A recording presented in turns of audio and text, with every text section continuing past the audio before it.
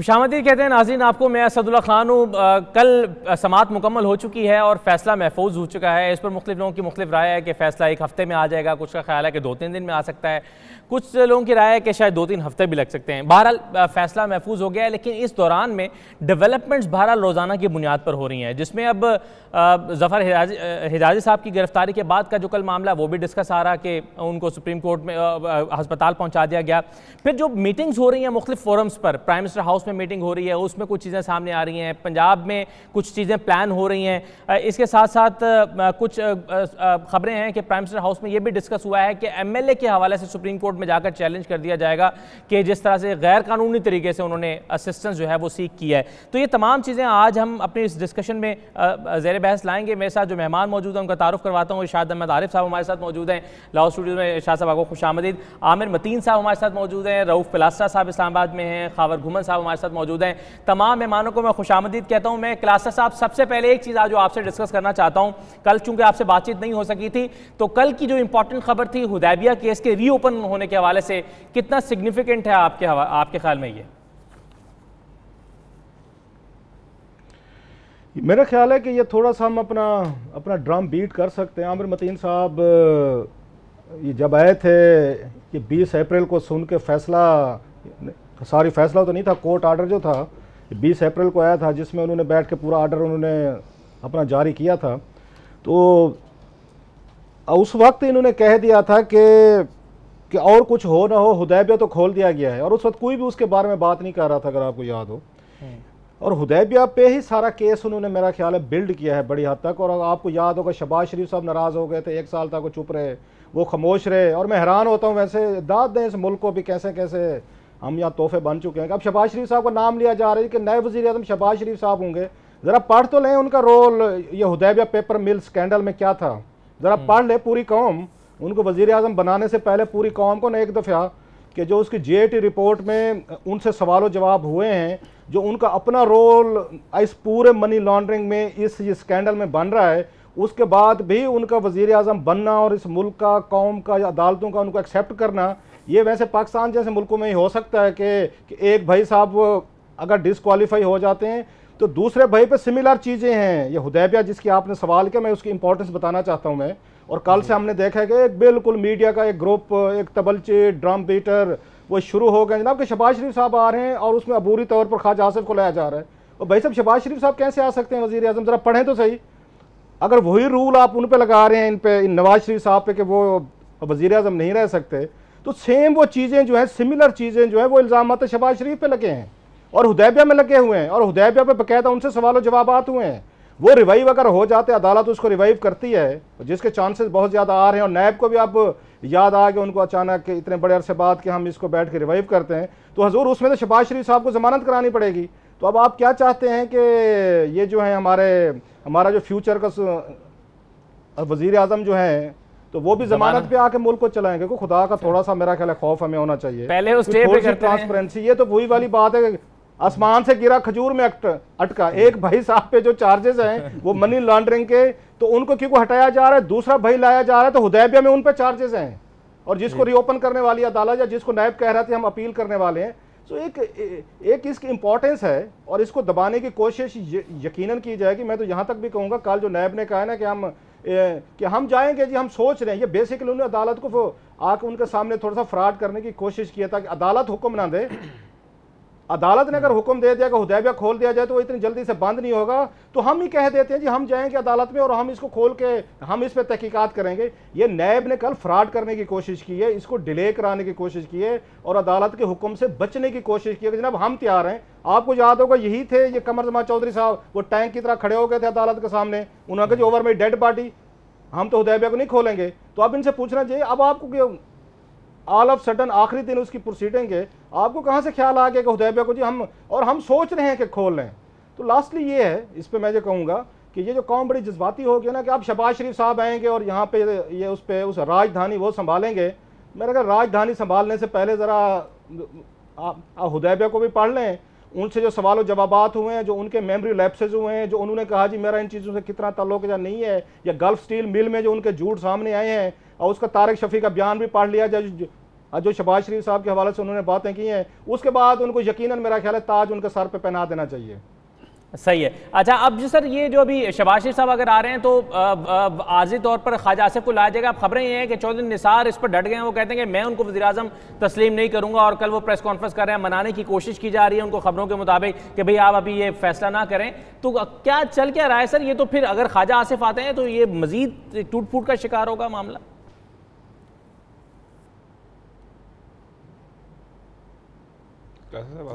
आमिर मतीन साहब पूछा सर आमिर मतीन साहब।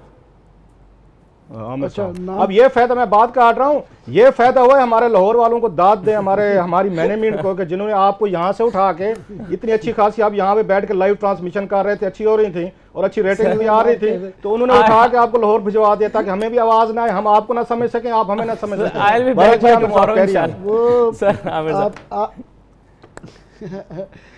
अभी आप शायद अपने इब्तदाइये में गलती से जफर हिलाली साहब शायद मुझे लगा कह गए, उनको गिरफ्तार करवा दिया बाद तो दोस्त को, वो हमारे एंकर हैं, वो उन बेचारों का मैं करेक्शन कर दूं पहले। बाकी ये जो आप खबरें कह रहे हैं कि ख्वाजा आसिफ साहब आएंगे और फिर उसके बाद शहबाज शरीफ साहब आएंगे और ये चौधरी निसार वाली, अभी तक ये जब तक ये ऑफिशियली नहीं आ जाता मेरा ख्याल इतना ज़्यादा इस पर बहस नहीं की जानी चाहिए। चौधरी निसार की तरफ से तो तरदीद आ गई है कि जी मैं अभी प्रेस कॉन्फ्रेंस नहीं कर रहा। इंटीरियर मिनिस्ट्री ने, वो मैं देख रहा था अखबार में सुबह छपी हुई है कि कोई ना प्रेस कॉन्फ्रेंस कर रहे हैं और अभी शायद पता नहीं क्या उनका रिएक्शन हो, मगर अपनी इस खबर की उन्होंने तरदीद कर दी है। बाकी ख्वाजा आसिफ वाली और शहबाज शरीफ वाली मेरी सुबह नून लीग के एक बड़े किचन कैबिनेट के मेंबर से बात हुई है, तो उन्होंने कहा जी मैं अपने नून लीग के तजर्बे से ये ज़रूर कहना चाहूँगा कि जब तक ये अनाउंसमेंट हो ना जाए उस वक्त तक कुछ नहीं कहा जा सकता। हो सकता है यही लोग आएँ, मगर जब तक ये लास्ट मिनट तक भी तब्दीलियाँ होती रहती हैं। अभी तो खबर ये आई है कि प्राइम मिनिस्टर मरी चले गए हैं और खबर घुमन साहब ने बड़ा पंजाबी का एक्सप्रेशन इस्तेमाल किया कि वो ठंड ले रहे हैं, तो ठंड रख प्रोग्राम जो है ना, फिलहाल तो ये है। मगर ज़्यादा इसमें जो अहम बात ये है कि ये जो मुशावरत हो रही है इसका मतलब है कि फाइनली जो है ना ये तैयार हो गए हैं कि मुकदमा जो है ना हमारे यहाँ डिस्क्वालिफिकेशन की आ सकती है, वरना पहले तो इससे ये मान ही नहीं रहे थे। एक तो ये इससे इंडिकेटर आ गया है, दूसरा इंडिकेटर ये आ गया है कि ये कन्फ्रंट नहीं करने जा रहे। मेरा ख्याल इनको किसी ने सही मशवरा दिया है कि जनाब अदारों से जब आप मुज़ाहमत करेंगे, अदलिया से भी करेंगे और कुछ इसके अंदर क्योंकि 190 में फ़ौज को भी उन्होंने इन्वॉल्व किया हुआ है, तो वो इनके लिए अच्छा नहीं है। सिर्फ दाव पे वजारत उज़्मा नहीं है, असल इसके अंदर जो है वो बाद में जो मुकदमात चल रहे हैं जो कि बहुत संगीन मुकदमात हैं, वो ज़्यादा इम्पॉर्टेंट है कि उसके ज़रिए ना सिर्फ कि इनकी वजारत उज़्मा तो बड़ी छोटी चीज़ है, सारी जानशीनों की सियासत, ख़ानदान की सियासत, जायदादें, फ्लैट, फार्म, जेलें, सब कुछ दाव पे लगा हुआ है। बहुत कुछ हो सकता है। सो वो इनका पावर में रहना बड़ा इम्पॉर्टेंट है कि ये हुकूमत इनकी रहे तो किसी न किसी तरीके से कोई ना कोई प्रेशर रहता है। अगर टोटली किसी तरीके से आपस की लड़ाई मज़ाहमत में हुकूमत भी चली गई और वज़ीर आज़म के उज़्मा के मसले के ऊपर इनके पार्टी के अंदर ख़ानदान में लड़ाइयाँ हो गई, तो उसका खुमियाजा सबसे ज़्यादा इनको ही भुगतना पड़ेगा। बाकी जिस तरह क्लास साहब अभी कह रहे थे, इसके अंदर अभी एकेडमिक बात रह गई है। मोर लेस ये खुद अगर मान गए कि डिस्क्वालिफिकेशन पॉसिबल है, तो ज़्यादा इंटरेस्ट अब इस फैसले के अंदर ये रह गया है कि हुदैबिया तो बिल्कुल खुल गया है, खुलने जा रहा है, उन्होंने बिल्कुल इंडिकेटर दिया है। और ये जो नैब वाले टू लेट टू लिटल वाली बात है कि अब इनको ये ख्याल आया, और वो भी इसलिए ख्याल आया कि अगर अभी उन्होंने ये भी कहा हम कंसिडर करेंगे हफ्ते बाद, जो भी वो भी बिल्कुल फाइनल नहीं है, मगर अगर ले भी लेते हैं तो कोशिश उनकी ये होगी, वो शायद इस वजह से की होगी कि ये इसको दोबारा भुगता के फारिग कर दें। जैसा कि याद रहे 32 जो केसेस नवाज शरीफ फैमिली के ऊपर नैब के अंदर हैं और मुख्तलिफ FIA में हैं, उसमें से 9 केसेस 18 साल से पेंडिंग हैं और 3 केसेस, एक नहीं 3 केसेस में इन्होंने अपील नहीं की नैब ने, और 3 ऐसे केसेस हैं जिसमें FIA ने वो नहीं की। तो इसलिए ये सबसे इम्पोर्टेंट है कि अदालत वो क्या मैकेनिज्म छोड़ के जाएगी, वो ऐसा तरीकाकार कि जिससे इनके ऊपर ओवरसाइट, जुडिशल ओवरसाइट रहे। इस बात का इम्कान है या उम्मीद की जा सकती है कि ये JIT को प्रलॉन्ग करें, क्योंकि उनको इस केस का पूरा पता है कि इन्वॉल्व रखें इसके अंदर। हो सकता है इसमें से एक दो अशखास को कहा जाए कि आप जो है ना इसको पूरे लॉजिकल एंड तक इसके साथ रहें। वाजिद साहब से भी दरख्वास्त की जा सकती है। सो ये बड़ा क्वेश्चन है, क्योंकि अदालत को ये बावर हो गया है कि जनाब ये तफ्तीश इंडिपेंडेंटली जब तक ये हुकूमत में इनकी पार्टी की है ये पॉसिबल नहीं है। तो इसलिए ये एक बहुत ज़्यादा इंपॉर्टेंट क्वेश्चन आ गया। कल डार साहब ने लास्टली कह दूँ कि TV पे मैं सुन रहा था एक जगह, उन्होंने झूठ बोला कि जनाब ये केस तो ख़त्म हो चुका हुआ है और मेरे ख़िलाफ़ वो नहीं है। ये सुप्रीम कोर्ट के 5 मेंबर बेंच ने भी पहले क्लैरिफाई किया था कि इनका स्टेटस जो है आसिफ खोसा साहब ने कि इनका स्टेटस जो है वो मुलजिम का है। अदालत ने, ये 3 मेंबर बेंच ने बड़ा क्लियरली वाजे किया है कि जनाब अगर मान लिया जाए कि वो केस क्वाश हो गया था हुदैबिया वाला, वो बड़े मशकूक हालांकि हालात में हुआ था, तो भी इसहाक डार साहब क्योंकि सिर्फ इसलिए इनका ट्रायल नहीं था हुआ था और इनको इसलिए बचत इनकी हो गई थी क्योंकि ये अप्रूवर बन गए थे। अब जबकि ये कह रहे हैं कि मैं अप्रूवर नहीं हूँ, तो इनका स्टेटस बिल्कुल कोर्ट एंड कोर्ट के इनका स्टेटस मुलजिम का है। अब क्वेश्चन ये आ जाता है फैसला दूसरा जो इंटरेस्ट जो है ना प्राइम मिनिस्टर के अलावा इसहाक डार साहब पे है, क्योंकि इस्तीफा तो शायद वो नहीं देंगे, कि उनके खिलाफ नाअहली आती है या नहीं आती, या स्ट्रिक्चर्स आते हैं कि नहीं आते, क्योंकि वही इल्ज़ामात जो प्राइम मिनिस्टर पे हैं कि अपने वसाइल से ज़्यादा असासे रखने का, उनके बेटे के अकाउंट में पैसे गए हुए हैं हिल मेटल स्टील से, वो भी उन पे है। कंसीलमेंट ऑफ फैक्ट्स का भी उनके ऊपर इल्ज़ाम आ गया हुआ है, टैक्स इवेजन का भी उनके ऊपर इल्ज़ाम है। काफ़ी सारे ऐसा मवाद है कि जो उनकी नाअहली भी दाव पे है। तो ये सबसे इम्पॉर्टेंट हुदैबिया है, क्योंकि उसके अंदर शहबाज शरीफ साहब भी हैं, डार साहब भी हैं, हमजा शहबाज शरीफ साहब भी हैं। सो ये क्वेश्चंस हैं अभी बेसिकली। राइट सर, बिल्कुल। अब इरशाद साहब जो हमारे फाइनेंस मिनिस्टर हैं वो बाकायदा मुलजिम हैं और मुल्क के अहम तरीन ओहदों में से ये एक है। इस पर मैं चाहूँगा कि आप बात करें। और दूसरा मैं एक मुख्तसर ब्रेक मुझे लेना है, और वो जो हमजा शहबाज शरीफ के हवाले से बातें चल रही हैं कि भाई वो भी एक नाराज़ होकर बैठे हैं, मैं भी इस ख़ानदान का हिस्सा हूँ, मुझे कहीं आप कंसिडर नहीं कर रहे, मैं MNA हूँ, आप MNA ढूंढते फिर रहे हैं, आपको फैमिली में से MNA चाहिए, मुंतखब कराने की कोशिश कर रहे हैं, तो ये क्या हो रहा है? तो इस हवाले से क्या खबरें? एक मुख्तसर ब्रेक के बाद नाज़रीन वापस आते हैं।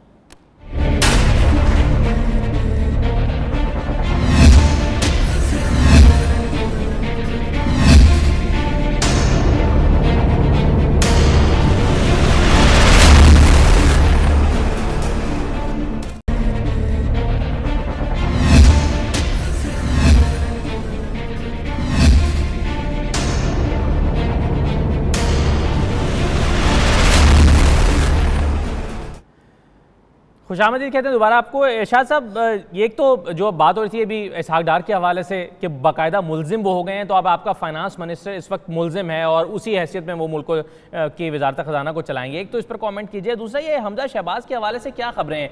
ये दुरुस्त है कि बड़ी एक फूट ख़ानदान के अंदर मौजूद है कि आप जनाब कभी कुलसूम की बात करते हैं, कभी किसी की बात करते हैं कि उनको मुंतखब करा दिया जाए, MNA तो घर में मौजूद है मगर उनको कंसिडर ही नहीं किया जा रहा। पहले तो मैं हमारे दोस्त रऊफ़ कुलासरा साहब इस बात पे एतराज़ कर रहे थे कि शहबाज शरीफ साहब किस हैसियत में वज़ीर आज़म बन सकते हैं। जनाब, ये आप बिल्कुल आइडियलिज़म की बात कर रहे हैं। जिस मुल्क में कोई पार्टी ना हो, पार्टियों में जमहूरियत ना हो, ख़ानदान और फ़र्द की जो ग़ुलामी है या वफ़ादारी है मुल्क से, रियासत से और अवाम से ज़्यादा अहमियत रखती हो, तो वहाँ ऐसा मुमकिन है। ये शहबाज शरीफ तो फिर वज़ीर आला रहे हैं, भाई हैं मियाँ साहब के। मियाँ साहब अगर कल को उनके घर का एक मुलाजिम है शकील, अगर उसको भी नामज़द कर देना, मैं यकीन से कहता हूँ कि ये मुस्लिम लीग उसको कबूल करेगी वज़ीर आज़म के तौर पर।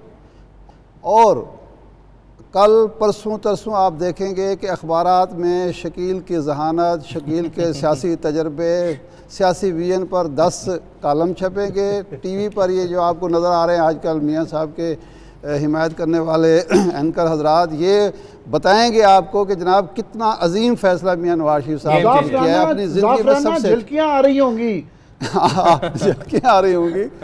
तो देखिए, मैं एक मिसाल देता हूँ। ये निसार अली खान साहब की बहस चल रही है। ये इस पार्टी में सबसे बाउसूल, सबसे दयानतदार और सबसे ज़हीन शख्स समझे जाते हैं, और वो फरमा रहे हैं कि जनाब अगर आप अपने ख़ानदान के किसी जूनियर फ़र्द को बनाएंगे या पार्टी के किसी जूनियर फ़र्द को बनाएंगे तो मैं सिर्फ इतना करूँगा कि मैं उसकी कैबिनेट में शामिल नहीं हूँगा। यानी उसूल आपका ये है कि वफ़ादारी आपकी नवाज शरीफ के साथ है, किसी उसूल के साथ, किसी जमहूरियत के साथ, किसी रियासत के साथ नहीं है। साबित हो जाए, सुप्रीम कोर्ट का फ़ैसला आ जाए कि मियाँ नवाज शरीफ साहब जो हैं करप्ट भी हैं, करप्ट प्रैक्टिसेस में भी इन्वॉल्व हैं, लेकिन आपकी वफ़ादारी बरकरार रहेगी और आप उनके साथ ये राजपूती खून का तकाजा ये है। ये एक बाउसूल और बहादुर शख्स का आलम है, तो बाकियों की आप क्या तवक्को कर सकते हैं। इसहाक डार साहब जो हैं वो तो मुल्ज़िम होंगे ना इस केस में, अभी उन पर केस चलना है। जरदारी साहब को तो स्विस अदालतों ने सज़ाएँ सुना दी थी, वो इस मुल्क के सदर नहीं बने। किसी ने एतराज़ किया था जब उनके कागजात जमा हो रहे तो मियाँ नवाज शरीफ साहब आगे थे।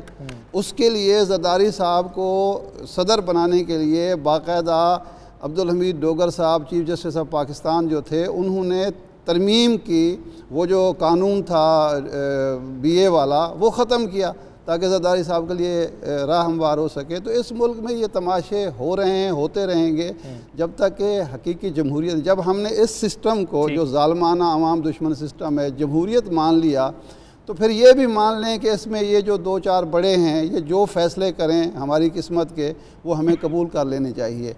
सुप्रीम कोर्ट के फ़ैसले से मैं तो तवक्को ये कर रहा हूँ कि सिर्फ इतना फ़ैसला नहीं आना चाहिए कि ये नाअहल हैं और इनके ख़िलाफ़ केसेस, बल्कि कुछ बुनियादी नोयत की चीज़ें, क्योंकि JIT ने बहुत कुछ सामने रख दिया है कि क्या क्या इस मुल्क में होता रहा है और वो लोग करते रहे हैं जिनको लोगों ने वोट की अमानत दे के अपने ख़जाने का अमीन बनाया था, अपनी किस्मत का मालिक बनाया था। तो कुछ ना कुछ ऐसे उसूल भी वज़ा करने चाहिए कि कम अज़ कम आइंदा जो है इस तरह के नौसरबाज फ्राडिये जो हैं वो हमारी किस्मत के फ़ैसले न कर सकें, हमारे ख़जाने के मालिक न बन सकें। एक तो मैं ख़बर देना चाहता हूँ कि ज़फ़र हिजाजी साहब को ICU से CCU में अब शिफ्ट कर दिया गया है, वार्ड से अब वो CCU में रहेंगे और उनको स्पेशल केयर में रहेंगे। मेडिकल बोर्ड ने उनको चेकअप करने के बाद ये फैसला किया है। इस पर मैं अभी अगले मरहले में आता हूँ मज़ीद बात करने के लिए, लेकिन पहले खावर घुमन साहब, चौधरी निसार साहब के हवाले से क्या आपके पास खबरें हैं? लाताल्लुकी का ऐलान कर रहे हैं, पार्टी छोड़ने का ऐलान कर रहे हैं, अपनी वजारत छोड़ने का ऐलान कर रहे हैं, क्या करने जा रहे हैं वो कल? चौधरी निसार साहब कुछ भी नहीं करने जा रहे। एक तो हमारी जो है ना वो पता नहीं यादाश्त इतनी क्यों कम है। हमने देखा कि वो जो स्पेशल उन्होंने वो जो पिक एंड ड्रॉप सर्विस शुरू की थी, प्राइम मिनिस्टर साहब को JIT में कौन छोड़ने गया था? वो खुद गए थे। शहबाज शरीफ साहब को छोड़ने कौन गया था? JIT में खुद गए थे। उसके बाद इसहाक डार के साथ उनकी ज़्यादा बनती नहीं, लेकिन उनको भी वो छोड़ने खुद गए थे। तो इस्लामाबाद में तो ये बड़ी ज़बरदस्त है कि वो क्रीम और अब उबर के बाद एक नई जो है ना pick and drop service Chaudhry साहब के नाम से भी शुरू होने वाली है कि हुकूमती अरकान को आगे पीछे करने का काम वही करेंगे। देखें ये जो सारी है ना ये जो प्रिंसिपल पॉलिटिक्स वो मेरे ख्याल में वो पाकिस्तान के वो नाराज कोई नहीं है, नाराजगी सिर्फ इतनी सी है। देखें उसमें मैं आपको वो भी अगेन लोगों को इस चीज़ की समझ नहीं आती। ये चीज़ ऑन द रिकॉर्ड है कि ख्वाजा आसिफ साहब और चौधरी निसार साहब आपस में बोलचाल बंद है और ये टेलीविजन पे आके कह चुके हैं कि हमारी बोलचाल नहीं है। वो उसकी वजह कोई भी हो सकती है। तो चौधरी निसार साहब को किसी ने बताया है कि जी आपका चांस नहीं बन रहा, ख्वाजा आसिफ का चांस बन रहा है। तो ख्वाजा आसिफ का अगर चांस बनता है, अगर वो प्राइम मिनिस्टर बनते हैं नवाज शरीफ साहब की डिसक्वालिफिकेशन के बाद, तो जाहिर बात है उनकी कैबिनेट में चौधरी निसार साहब तो नहीं बैठ पाएंगे। और मेरे ख्याल में तो अगर बैठते हैं तो फिर तो बहुत ही अल्लाह हाफ़िज़ है चौधरी निसार साहब का। असल मसला ये है कि इन केस जो कि काफी अभी प्राइमा फेसी काफी ऑब्वियस है, ऐसे में तो फिर उनको प्रेस कॉन्फ्रेंस करनी चाहिए ना जब ख्वाजा आसिफ अनाउंस हो जाएं। जब ख्वाजा आसिफ अनाउंस ही नहीं होंगे तो कल फिर प्रेस कॉन्फ्रेंस पे वो क्या करने वाले हैं? कल वो ये कहेंगे नहीं जी मेरे बारे में जितनी खबरें चल रही हैं वो सब गलत हैं, मैं तो बिल्कुल वेरी मच इन हूं पार्टी में। असद आप बहुत बोले बादशाह हो, ये आप तो ऐसी बात कर रहे हो कि वो जब वो खेत चिड़ियां चुग जाएं उसके बाद वो शोर मचाते फिरें। पॉलिटिशियन है वो, पॉलिटिक्स में वो 80 से हैं, तो वो प्रीएम्प्टिव स्ट्राइक्स कर रहे हैं और वो अपने जो उनके वो कुछ सोर्सेज हैं उनके थ्रू जो इन्फॉर्मेशन सारी ये फैला रहे हैं। खुद जो बाद में उसकी तरदीद भी आती है, पहले मीडिया में ये बात फैलाई जाती है। अगेन कल वो उन्होंने प्रेस कॉन्फ्रेंस करनी है। मैं आपको सीधा बता देता हूँ, उन्होंने कहा जी मैं चौधरी निसार हूँ और चौधरी निसार ने कभी बैक स्टैपिंग करना नहीं सीखा और मैं नवाज शरीफ साहब के साथ थ्रू थिक एंड थिन खड़ा हूँ। वो ये भी कहेंगे कि चूंकि मैंने सारी ज़िंदगी में असूल की सियासत की है और मैं असूलों पे हमेशा पाबंद रहूँगा और मेरी पार्टी के अंदर कुछ डिफरेंसेस हैं, कुछ लोगों के साथ है, वो मैं इजहार करता रहूँगा करूँगा। असल मकसद ये है कि जो एक अल्टरनेट प्लान बनाया जा रहा है पार्टी के अंदर in case of prime minister disqualification, उसमें चौधरी निसार साहब कहीं को फिगर इन नहीं कर रहे। जो नाम डिस्कशन में है उन पे उनका कोई उन पे उनकी कह रहे हैं कि उनको एतमाद नहीं लिया जा रहा या उनकी मर्जी शामिल नहीं है। असल मसला यही है कि जो बाद में आएंगे, जो लोग आएंगे प्राइम मिनिस्टरशिप के लिए, इनके नाम डिस्कशन हो रहे हैं, उनमें ये इनकी मर्जी शामिल नहीं है। सिंपल ये सारी स्टोरी है, इसके अलावा और कोई स्टोरी नहीं है चौधरी निसार साहब के बारे में। और दूसरी बात, अभी जो शुरू में बात हो रही थी ना शहबाज शरीफ साहब की, मैं जूनियर हूं अपने तमाम कोलीग से, जो मैंने पिछले 8-10 साल में जब से मैंने पॉलिटिक्स कवर करना शुरू किया है, मुझे तो ज़रा बराबर भी शक नहीं है कि जी अगर नवाज शरीफ साहब डूबते हैं तो शहबाज शरीफ साहब तैरेंगे।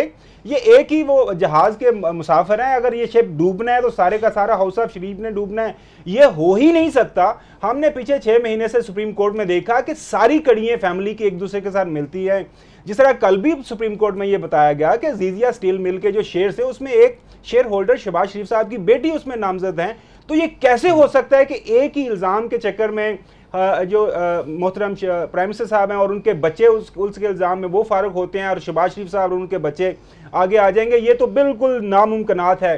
नैब के हवाले से जो कल मैंने वहाँ पे सुना, नैब के हवाले से वो जो नैब का वो आया हुआ था लीगल जो रिप्रेजेंटेटिव, उसने कहा कि हम एक हफ्ते हम सोच रहे हैं। तो उस पर जो जस्टिस एजाज अफसर हैं जो सुपरवाइज कर रहे हैं 3 मेंबर बेंच के, तो उन्होंने कैटेगोरिकली उनसे जवाब मांगा कि आप हमें बताएं कि आपका ये जो सोचने का प्रोसेस है और ये जो आप जा रहे हैं इसके रिव्यू पिटिशन में वो कितने टाइम लेगा। आप हमें ये सोचने के we will consider, we will think over it, काफ़ी ज़्यादा हो गया। तो उन्होंने उसमें एक हफ्ते का टाइम दिया था। और यहाँ आने से पहले मैंने थोड़ा सा चेक भी किया है कि ये पिटिशन, ये रिव्यू पिटिशन में जा रहे हैं, वो रिव्यू पिटिशन में क्या स्टैंस लेते हैं, उसमें क्या मुद्दा बयान करते हैं, क्या फिर कोई उसमें कोई कानूनी लीगल वो मुशगाफी की आड़ में डार साहब को बचाते हैं या नहीं बचाते, वो अलहदा बात है। लेकिन ये चीज़ तय है कि वो जा रहे हैं रिव्यू पिटिशन में। और हुदैबिया पेपर मिल्क रेफरेंस अगर खुलता है तो फिर तो वही मनी ट्रेल पड़ी हुई है सबके सामने वो इतराफ़ी बयान में। मेरे ख्याल में किसी को फिर वो ढूंढने की कोई ज़रूरत नहीं पड़ेगी। बाकी जो हमजा शहबाज के बारे में है, देखें इस वक्त शरीफ फैमिली में से अगर इमीडिएटली कोई प्राइम मिनिस्टर बन सकता है तो वो हमजा शहबाज हैं। He is sitting member of the national assembly, तो वो एक प्लस पॉइंट है फैमिली के अंदर, अगर फैमिली के अंदर ही प्राइम मिनिस्टरशिप ने रहना है। तो बाकी अभी वो फैमिली ने डिसाइड करना है। एक फाइनल बात जो मेरी भी इंफॉर्मेशन यही है, जो मैंने थोड़ी सी रिपोर्टिंग भी की है, कि अनटिल जो फाइनल डिसीजन शरीफ फैमिली नहीं करती उससे पहले ये सारी कहानियां ही होती हैं कि जी फलाने का नाम डिस्कस हो रहा है, टंगाने का नाम डिस्कस हो रहा है। ऐसी कभी कोई ऐसी बात नहीं हुई। बिल्कुल सही। कल बात भी हो रही थी कि प्राइम मिनिस्टर हाउस में जितनी मर्जी मीटिंग्स कर लें कैबिनेट मिनिस्टर्स के साथ और लोगों के साथ, असल बात वही होगी जो घर में बैठ के 3-4 लोग आपस में फैसला करेंगे, फैसला वही होगा। खलासा साहब, एक चीज जो प्राइम मिनिस्टर हाउस में मीटिंग्स हो रही हैं उसमें एक चीज जो जेर गौर आई वो ये कि MLA के खिलाफ जो है वो सुप्रीम कोर्ट से रुजू किया जाए और कहा जाए कि कौम का 50 लाख रुपया जाया कर दिया एक गैर कानूनी तरीके से वाजिद जा साहब ने, और इसका लवारी में जिक्र भी किया नवाज शरीफ साहब ने। तो ये एक प्लान हो रहा है कि सुप्रीम कोर्ट में जाएं इस मौजू पर कि गैर कानूनी तरीके से कौम के कीमती रकम जो है वो जाया की गई है। एक रेफरेंस और भी भेज दें उसी में ही कि वजीर आज़म हाउस के टॉयलेट बनाने पर 1.5 करोड़ रुपया लग गया था। मतलब इन लोगों के मुंह से पैसों की बचत सुन के बंदे को हंसने के साथ रोना भी आता है। वजीर आज़म हाउस में इन्होंने बैठ के 1.5 करोड़ के इन्होंने अपने बाथरूम और टॉयलेट, ये खबरें ये छपी हुई हैं। वहाँ मरी में जहाँ पे जाके ये ठहरते हैं आजकल, वहाँ पे 50 करोड़ रुपए की रेनोवेशन करवाई है इन्होंने। जनाब अली, इन्हें कहें चैलेंज, खाना हेलीकॉप्टर के जरिए जाता है, उनको हजम नहीं हो रहा कि कौम के जी ये जनाब, ये मैं अभी 2 अरब रुपए का हेलीकॉप्टर ये आपके नए उनके वजीर आज़म साहब शहबाज शरीफ साहब के लिए खरीदा किया है, जिनको 50 लाख रुपए पे उनको वो लग गई हैं, उन परेशानियां हो गई हैं वहाँ पे। अभी इन्होंने आपको याद होगा, हमारे वो बात फिर वहीं चली जाएगी कि साउथ पंजाब का 2 अरब रुपया निकाल के कैनाल रोड की इन्होंने तोसीह कराई है। उस वक्त भी किसी के दिल में वहाँ मरोड़ नहीं उठे कि ये क्या हो रहा है। इनको मरोड़ उसी वक्त उठते हैं कि किसी फार्म ने इनका कच्चा चट्टा खोल दिया है। अब सवाल इस पे होना चाहिए उसने अपने कज़न को दी है या नहीं दी है। सवाल ये होना चाहिए जो इन्फॉर्मेशन है वो गलत है या ठीक है, ये क्वेश्चन होना चाहिए। ये कोई जवाब नहीं, 50 लाख रुपया दे दिया मुल्क का बड़ा। ये आपको भी बता रहा हूं मैं, 8 अरब रुपया इनके हाउस ऑफ शरीफ की सिक्योरिटी पर लग चुका है पिछले 8 सालों में। शहबाज शरीफ साहब के 5 वहां पे घर चल रहे हैं ये पब्लिक के पैसे से, जिनको उन्होंने वजीर आला हाउस अपना डिक्लेयर किया है। माशाल्लाह घर भी तो ज्यादा है, अब आपको पता है सारा। उन्होंने रेमंड को वजीर आजम ऑफिस अपना घर करार दिया, वजीर आला ऑफिस भी वही है। कुलासरा साहब जी सर, ये 2008 से जी, 13 जी। तक जब वज़ीर आज़म नवाज शरीफ वज़ीर आज़म नहीं थे, इनके 14 ज़ाती मुलाजमीन, उसमें आसिफ किरमानी भी शामिल थे, उनको पंजाब हुकूमत तनख्वाह देती थी जो इनके ज़ाती मुलाजिम थे। तो ये तो खाना भी कभी अपनी जेब से नहीं खाते, ये आदत नहीं है इनको सरकारी। ये तो आप क्या तवक्को करते हैं कि ये अपने घर या अपने टॉयलेट जो हैं उसमें कोई पैसे, लंदन अभी में तो था। ये पता चलाना चाहिए कि ये जो आपने तनख्वाहें, याद ये दिला जो दिया। करोड़ों रुपए जो फीसें दी गई होंगी, वो कौन से सवाबदीदी फंड से दी गई हैं? इनकी जेब से तो नहीं जाएंगी, सवाल ही पैदा नहीं होता। तो वो भी सरकारी खजाने से जाएंगी। सर उनका आपने कोई याद हिसाब दिलाया। नहीं। जी, अभी इसहाक डार साहब ने 3-4 महीने पहले, इसहाक डार साहब ने 3-4 महीने 35 इन्होंने यहाँ गाड़ियां खरीदी हैं, 35 करोड़ की। फॉरेन ऑफिस ने लिखा था जनाब कि हमने यहाँ सार्क कॉन्फ्रेंस करवानी है, जो कि नहीं होनी थी। मोदी साहब नहीं आ रहे थे, नहीं होनी थी। उसकी 35 करोड़ की गाड़ियां ले ली हैं, आजकल उन पर मजे हो रहे हैं, उनका दुख भी नहीं है इनको। मैं तो हैरान होता हूं कि ये इनको 50 लाख रुपए जो हैं वो हजम नहीं हो रहे। कौम हिसाब लेगी, हम छोड़ेंगे नहीं। 50 करोड़ रुपए आपने मरी के घर पे लगवा दिए हैं, वहां पे टॉयलेट बनाने के लिए वजीर आजम हाउस के 1.5-2 करोड़, अभी स्पीकर हाउस बन रहा है, उसका अभी उसका बजट जो है मेरा ख्याल 12-14 करोड़ रुपए तक पहुंच गया है। उस पर भी इनको कोई दुख नहीं हो रहा है कि यार सादिक साहब के लिए स्पेशल घर बन रहा है जनाब, कि वो 10-12 करोड़ के घर में रहेंगे। उन्होंने कहा जनाब कि ये छोटा सा घर JIT में आपने मिनिस्टर कॉलोनी में दिया, मेरा रहना यहाँ मेरी शान के खिलाफ है। अभी JIT में सर जो फैमिली के लोग पेश हुए थे, उसमें जो सिक्योरिटी पर पुलिस एहलकार लगाए गए थे, उसमें कितने लाख रुपए खर्च हुए थे एक पेशी पर? वो भी फिगर सारे अखबार में करोड़ों थे सर, 3.5 करोड़ रुपए का वो आया था, खबर आई थी जी। तो मेरे लिए इनके जो इनको ट्विस्ट करना आता है, वैसे ये दाद है। जैसे अभी इरशाद आरिफ साहब कह रहे थे ना, अब उन्होंने नवाज शरीफ साहब के बाद उन्होंने बिल्ड करना है इमेज शहबाज शरीफ साहब का। और जैसे इन्होंने कहा कि उनके घर का मुलाजम भी लग जाए तो इनका एक एक बंदा आएगा और उसकी खूबियां कि कितना अच्छा कुक है, कितना अच्छा खाने बनाता है, कितना बेहतरीन किस्म का इंसान है, उनके एडिटोरियल पढ़िएगा, उनका दिफा देखिएगा। तो ये जो पार्टी को इन्होंने बना दिया है, आपका एक अगर उसका इजाज़त दे दो सवाल का मैं थोड़ा सा जवाब दूं। जो हमजा शहबाज की बात की आपने, जी जी, अब इसके अरेंजमेंट क्या हो रहे हैं जो अब तक मतलब चीज़ें सामने आ रही हैं। अरेंजमेंट ये हो रही हैं कि जनाब के शहबाज शरीफ साहब हैं वो बड़ी गद्दी पे आ जाएं और हमजे को पंजाब हवाले कर दें वहाँ पे। ज़रा देखिएगा एक्सटेंशन कैसे हो रही है।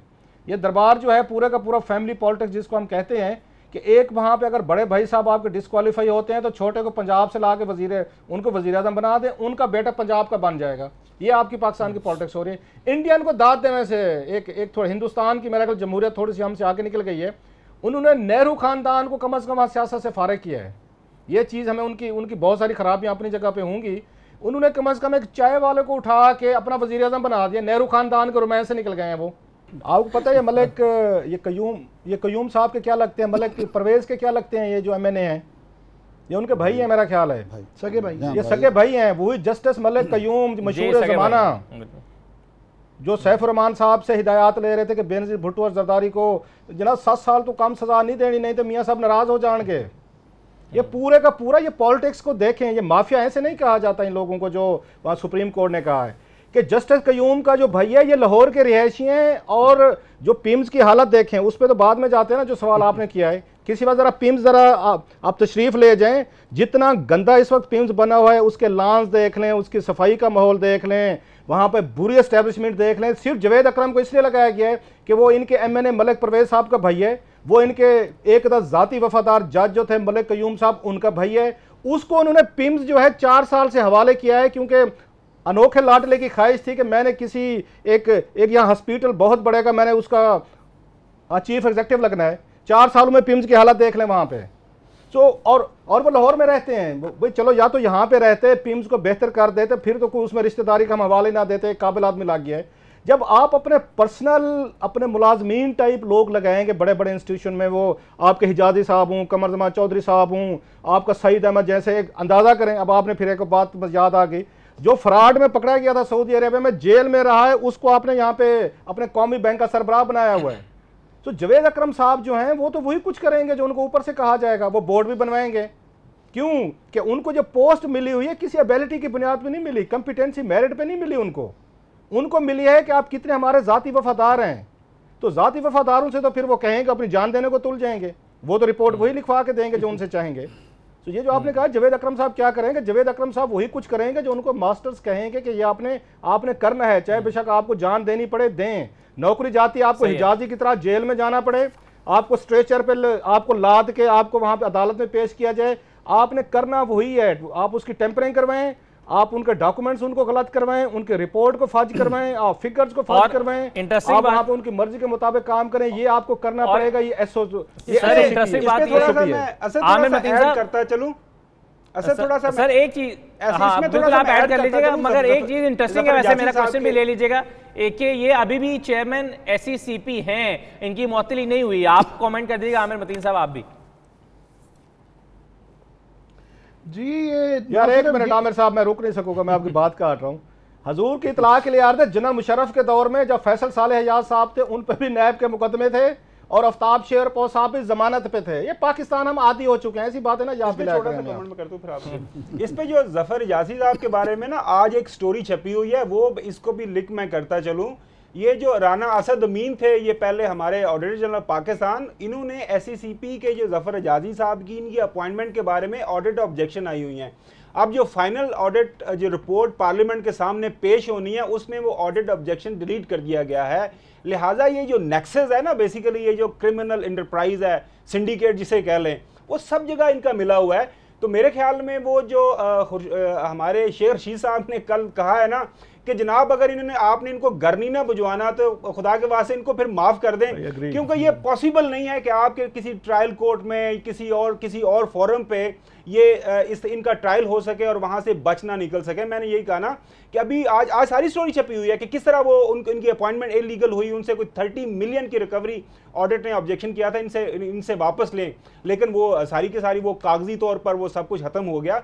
और दूसरी जो बात कर रहे थे ना शुरू में कि एक और आमिर भाई कह रहे थे कि मैं असल में ब्रेक का वक्त हो चुका है, मैं इंटरप्ट करने के लिए माजरत चाहूंगा और फिर मुख्तसर ब्रेक ले लूँ। आमिर साहब भी इस पर कमेंट करना चाहेंगे, उनसे भी मैं उनके सामने भी सवाल रखता हूँ। एक मुख्तसर नाज़रीन ब्रेक लेते हैं, ब्रेक के बाद वापस आते हैं।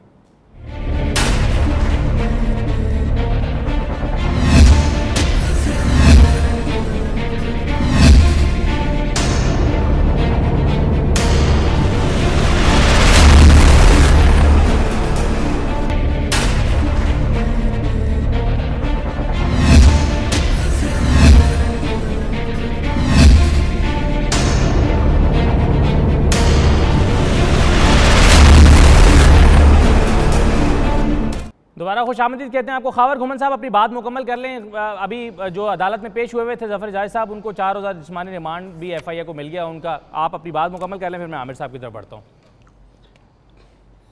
नहीं मैं बस वही कह रहा था कि हम बात कर रहे थे कि अब ये सारा जो क्रिमिनल इंटरप्राइज है उसको तोड़ना कैसे है। उसको एक ही सूरत में तोड़ा जा सकता है कि इनके जो सारे कनेक्शन है उनको हर जगह से आपको काटना पड़ेगा।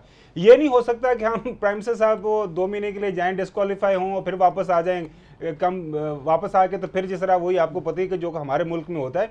जो JIT मेंबरान की बात हम कर रहे हैं कि हम सब तारीफें कर रहे हैं, लेकिन कभी किसी ने सोचा है कि जिस तरह का उनका मीडिया ट्रायल हो रहा है, उनकी फैमिली जिस तरह के साइकोलॉजिकल ट्रॉमा से गुजर रही है और उनकी बाकी मादा जिंदगी किस तरह गुजरेगी, क्योंकि जिस तरह उन पर अटैक किया जा रहा है, कोई आम बंदा अटैक नहीं कर रहा, top from the prime minister, federal minister और नीचे सब लोग कर रहे हैं। उसकी वजह यह है कि हमें अगर ये सारे के सारे सिस्टम को हमें किसी ना किसी लेवल पे कोई सख्त किस्म का इसको जोल्ट करना है, दचका देना है ताकि कुछ चीज़ें बेहतर हों, तो फिर ये सारा ऊपर से लेकर नीचे तक चीज़ें हमें हिलानी पड़ेंगी।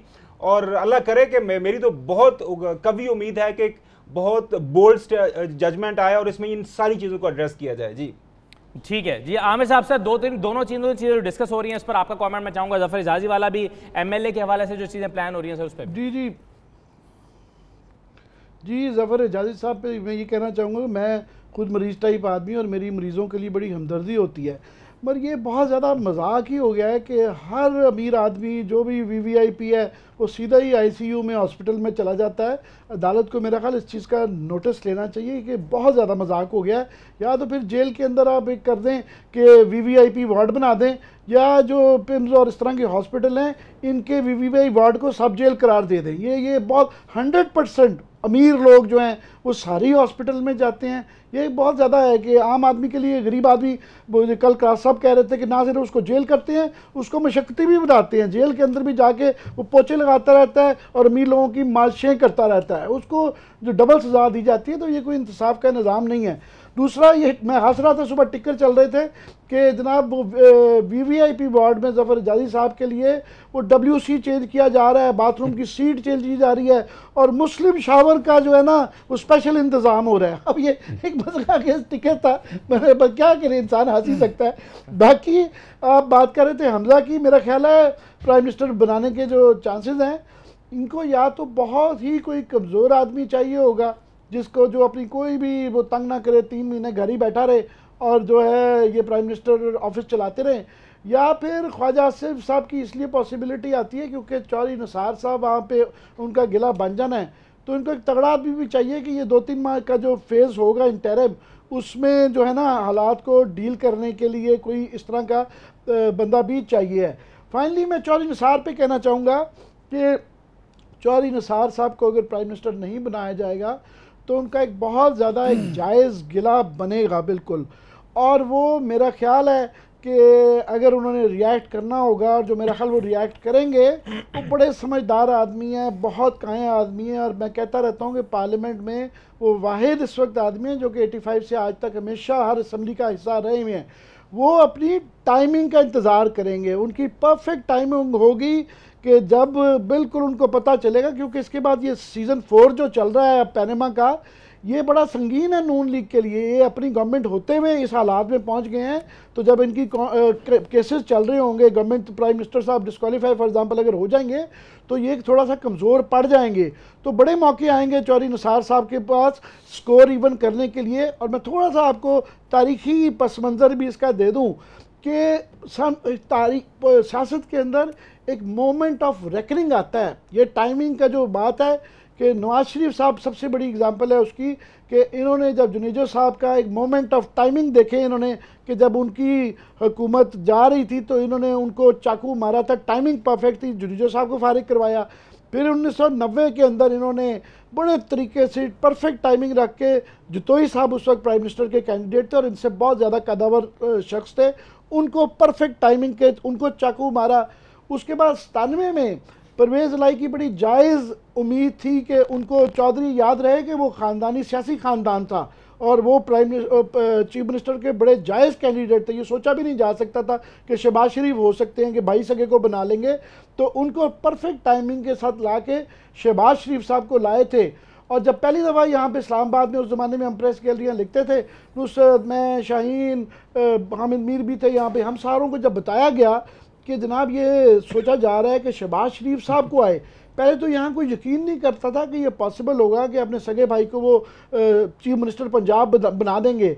उसके बाद ये ड्यूटी दी गई थी कि एक शख्स को, कि हम जैसे यहाँ पे जो उस ज़माने में लिखते विकते थे, कि इनसे बात करें और हमारे मतलब शहबाज शरीफ के मतलब ज़रा मूड क्लियर करें।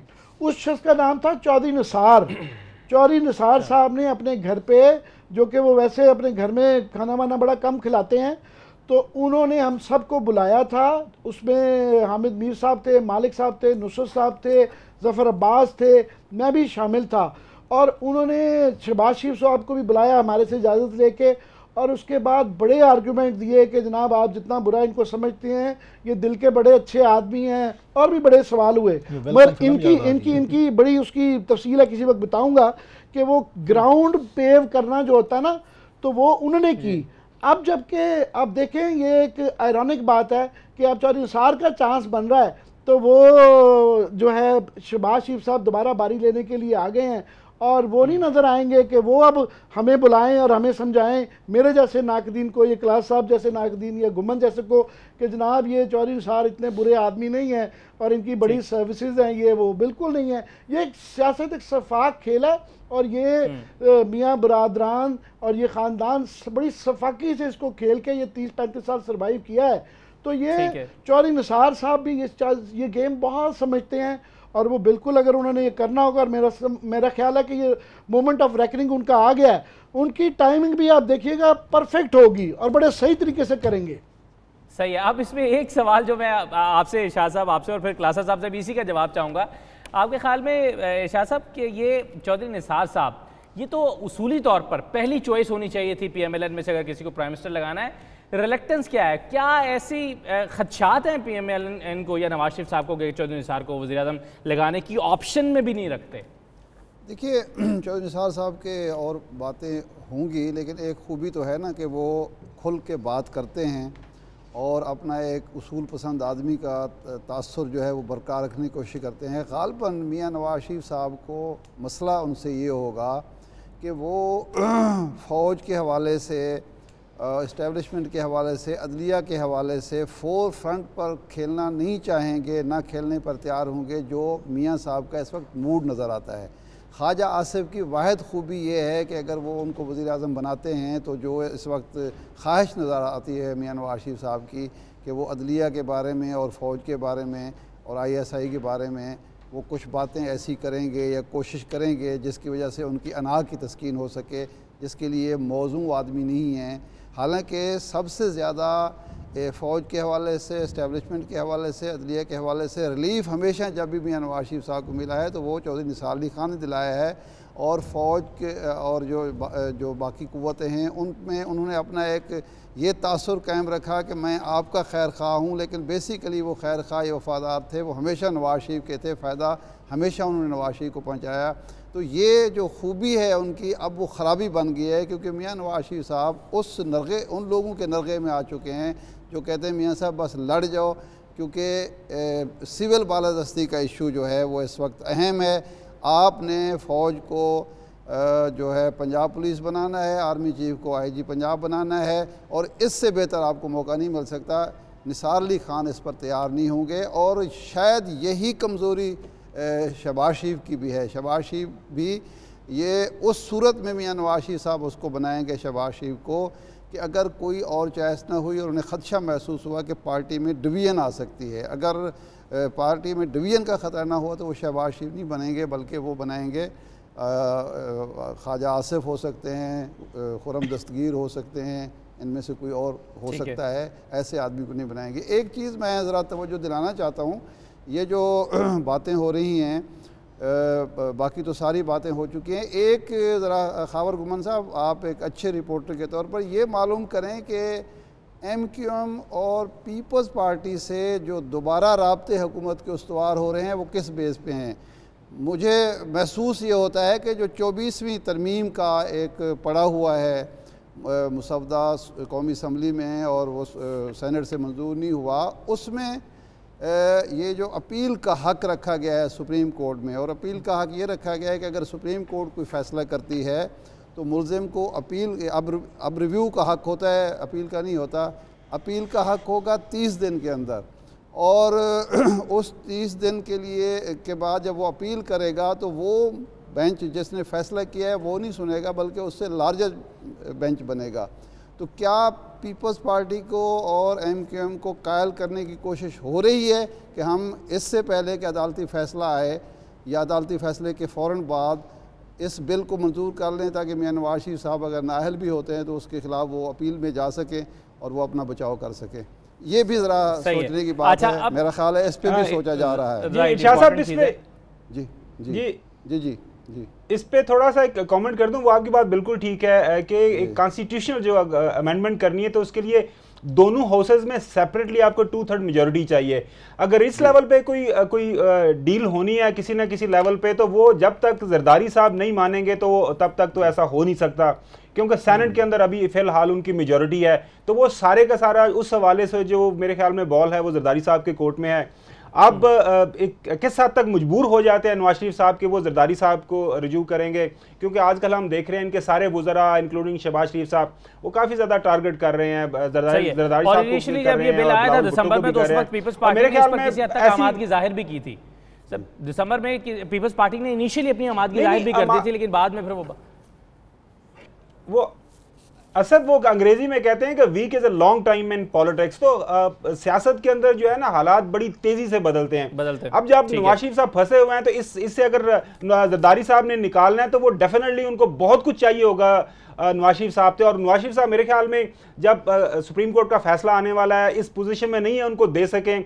और जरदारी साहब मेरे ख्याल में इतनी तो उनको सियासत आती है, वैसे तो जावेद हाशमी साहब ने कहा वो पीएचडी हैं, इतनी उनको समझ है कि इस वक्त अगर वो रेस्क्यू करते हैं नवाज शरीफ साहब को किसी भी तरह से, हम यहाँ मीडिया में बैठे हैं और लोग देख रहे हैं, तो वो जो बची कुची पाकिस्तान पीपल्स पार्टी की सियासत सिंध में या किसी और जगह है उसका भी बेड़ा गर्क कर देंगे। मैं आई डोंट थिंक सो कि इस तरह की कोई पॉसिबिलिटी है, इस तरह का ऑप्शन जरदारी साहब फिलहाल लेंगे। थोड़ा सा इसमें ऐड कर दूं कि छोड़ दे इस बात को कि ये पार्लियामेंट में कैसे होगा, पीपल्स पार्टी को कैसे मनाएंगे।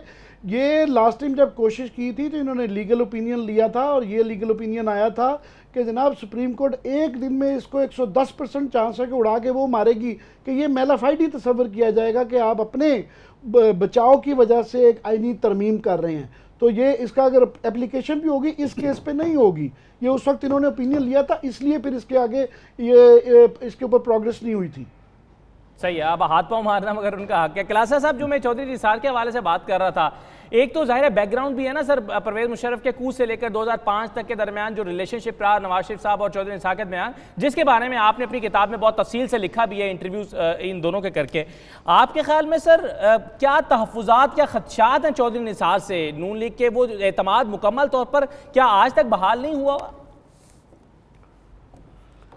ये क्लासा साहब को चौधरी निसार साहब के घर के खाना खाने का शर्फ हासिल हुआ है और बड़ा रोमांस भी है क्लासा साहब को चौधरी साहब से। जी क्लासा साहब, ये जो चौधरी साहब जो हैं वो, ये तो बात बड़ी तय है कि मियां नवाज शरीफ साहब को वो पसंद नहीं है, इसमें कोई दो राय भी नहीं है। और चौधरी साहब को भी पता है इस बात का कि मियां नवाज शरीफ साहब मुझे नहीं पसंद करते। वजह वही है जो आप सारे जानते हैं कि उन्होंने जना मुशर्रफ को आर्मी चीफ लगवाया था और बाद में उन पे इल्ज़ाम लग गया था कि आप तो घर पे कैद हैं और मियां साहब अटक जेल में कैद हैं, वो मज़ीद उनके तल्लुकात ख़राब हो गए। खैर वो जो भी हुआ वो सारा है। दो तीन चीज़ें जेन्युइन है मेरा ख्याल है, जैसे अभी आमिर कह रहे थे चौधरी निसार अली खान साहब की। एक तो ये है कि क्या वो कहते हैं ना कि हम मेहनत करें फाख्ता भाई अंडे खाएँ कवे, या दुख उठाए फाख्ता भी अंडे खाएँ कवे। भाई आप तो निकल गए थे यहाँ से, आप चले गए, आप जद्दा में रहे, सरूर पैलेस रहे, लंदन रहे, मज़े किए। पीछे अपोजिशन किसने की थी? वेदर वो लाइक चौधरी निसार अली खान 2 मिनट के लिए भूल जाते हैं कि वो कौन है, कैसे हैं। 2002 से लेकर 2007 तक की अपोजिशन चौधरी निसार अली खान ने संभाली। जना मुशर्रफ का दौर था, उनकी तकरीरें, जलसे जुलूस, सारे का सारा अजाब उन्होंने भुगता।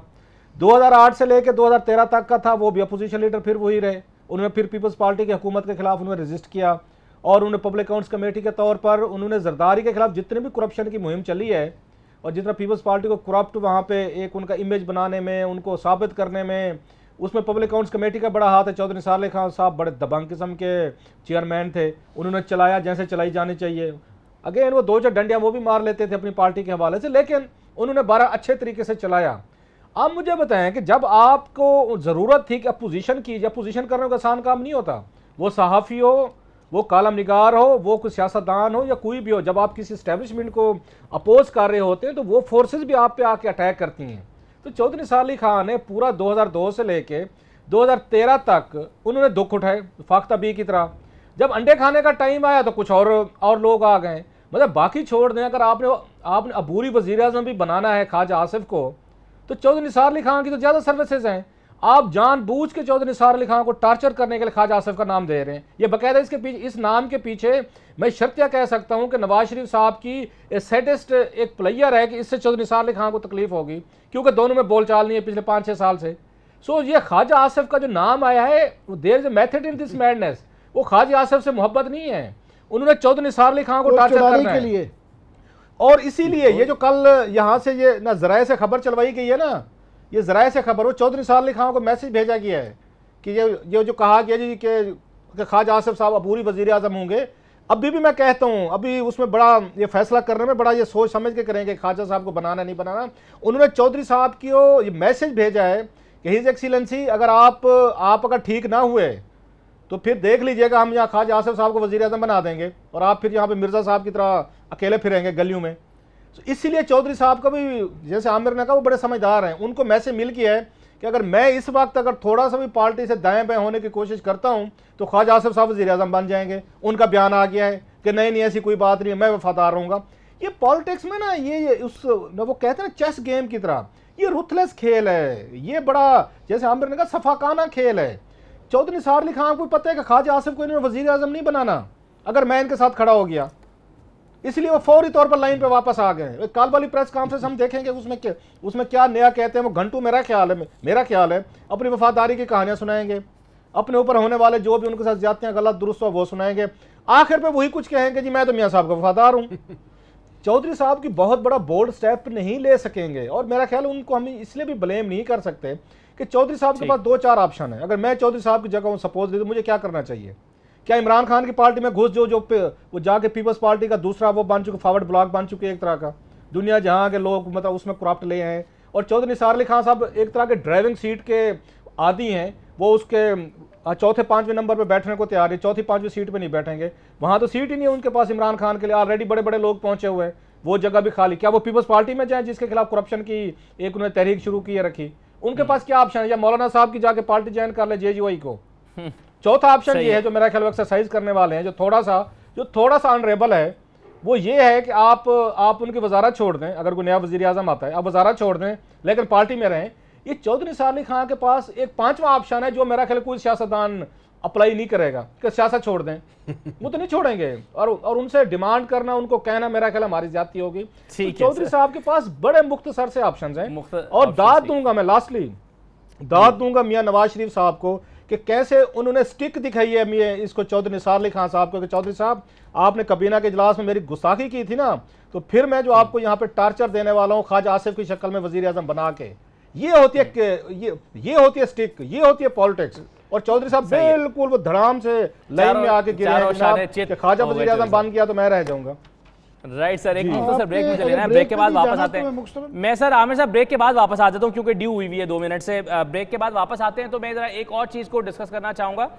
ये पंजाब में खबरें हैं कि प्लान हो रहा है सुप्रीम कोर्ट पर फैसला आने से पहले प्रेशराइज करने का, मुख्तलिफ शहरों में डेमोन्स्ट्रेशंस का, कारकुनों को बाहर निकालने का। तो इस हवाले से क्या खबरें हैं, शाह साहब के पास क्या खबरें हैं, और आप इस्लामाबाद में भी देखते हैं। एक मुख्तसर ब्रेक के बाद वापस आते हैं।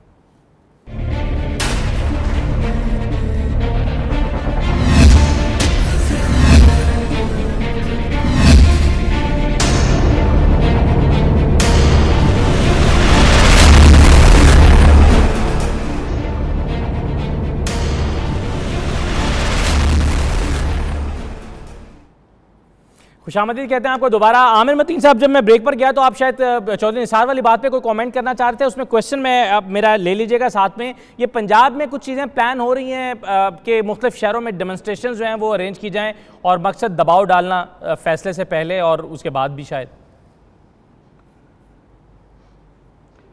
आप यहाँ हमें छोड़ के पंजाब में गए हैं, आपके पास पंजाब की खबरें होंगी, और इस्लामाबाद में जो लगता है कि इनकी पॉलिसी नहीं है कन्फ्रंट करने की, जिस तरह मैंने आगे अर्ज़ की कि इनको नज़र आ रहा है कि अभी पहले जो मज़ामत वाला इनकी पॉलिसी थी उसको थोड़ा सा चेंज करके एक किस्म का ये इनको हुकूमत बचाना चाह रहे हैं। इस तरह की मज़ामत में ये रिस्क होता है क्योंकि इनके लिए बड़ा इंपॉर्टेंट है कि ये अगले साल जब ये केसेस चलेंगे तो ये पावर में रहें उस मज़ामत में, क्योंकि ये खुद गवर्नमेंट है। इस बात का अंदेशा हो सकता है कि ये सारा ही निज़ाम ही ना गड़बड़ हो जाए, तो इसलिए इनको किसी ने समझदार ये मशवरा दिया, और इस मशवरे पे यहाँ कम अज़ कम जो है ना ये अमल करते नज़र आते हैं। कल बड़े आराम से अदालत में जब ये फैसला आया तो जब 5 मेंबर बेंच था तो बड़ी टेंशन थी, कल वहाँ कोई टेंशन नहीं थी, इनके लोग भी बड़े आराम से आ गए, पुलिस भी एक्स्ट्रा नहीं थी, तो बड़े आराम से वो एक्सेप्टेबिलिटी का एक फैक्टर नज़र आ रहा है जनरली कि ये मुशावरत जब हो रही है कि इंटरिम प्राइम मिनिस्टर कौन बनेगा तो बाद में कौन बनेगा, तो इसका मतलब ये है कि उन्होंने थोड़ा सा एक्सेप्ट कर लिया आपके प्राइम मिनिस्टर की ना ये डिस्क्वालिफिकेशन आ रही है, और हम इसको एक्सेप्ट भी करेंगे, ये मुझे कम से कम नज़र आ रहा है। ये लाहौर में और पंजाब में तो बात कर लूँ अगर चौधरी साहब पे एक सेकंड अगर मुझे दें।